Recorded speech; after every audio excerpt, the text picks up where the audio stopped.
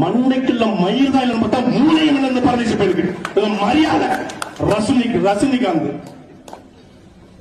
கூட்டம் என்ன பேசுவாரு கேட்க முடியாது. சூப்பர் ஸ்டார் யாரா சூப்பர் ஸ்டார்? யார் சூப்பர் ஸ்டார்? இங்க ஒரு மாநகட்ட நடிகர் ஒருத்தருங்க, ஒரு 50 வருஷமா தமிழ்நாட்டுல வாழ்ந்திருக்கான இந்த புறம்போக்கு இவனுக்கு ரசிகரா இருக்கணும், செருப்பு கொண்டு அடிக்குவாங்க. நான் வருவேன். ஒரு வெற்றிடம் இருக்குது, சுடுகாட்டுல கூட நிறைய வெற்றிடம் இருக்குது, வெற்றிடம் இருக்குது. என்னத்த வெற்றிடம் இருக்குது? நீ தலையில தண்ணி விடி ஒரு படம் ஓடாது. அது வாய்ப்பு இல்ல ராஜா, அது வாய்ப்பு இல்ல. மூத்த நடிகர்கள் எல்லாம் வயசாகி போய் பல் உழுந்து போய் தாடி வந்து சாகர நிலைகள் தான் நடிக்கிறதுனால இளைஞர்களுக்கு வாய்ப்பு இல்லாம இருக்கான்.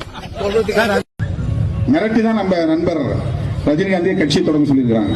நம்ம நேரடியா நான் கட்சியை தொடங்க முடியாது, நான் எங்க முகத்தை பார்த்தா வெறுப்பா வந்துடும், நீ கொஞ்ச நாள் நீங்க வந்து சூப்பர் ஸ்டாரா இருந்திருக்கிற, நீ கட்சி தொடங்கினா கொஞ்சம் ஓட்டு. தமிழ்நாட்டில் எம்ஜிஆருக்கு அப்புறம் ஒரு பிரபலமான ஒரு தலைவரா ரஜினிகாந்த் அவர்கள் வரணும்னு நினைச்சார்.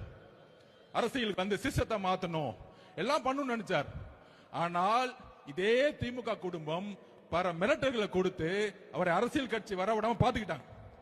இன்னைக்கு என்ன ஆனார்? அவரு கடைசியில ரெட் ஜெயின் பிக்சர்லயே நடிக்க போயிட்டார்.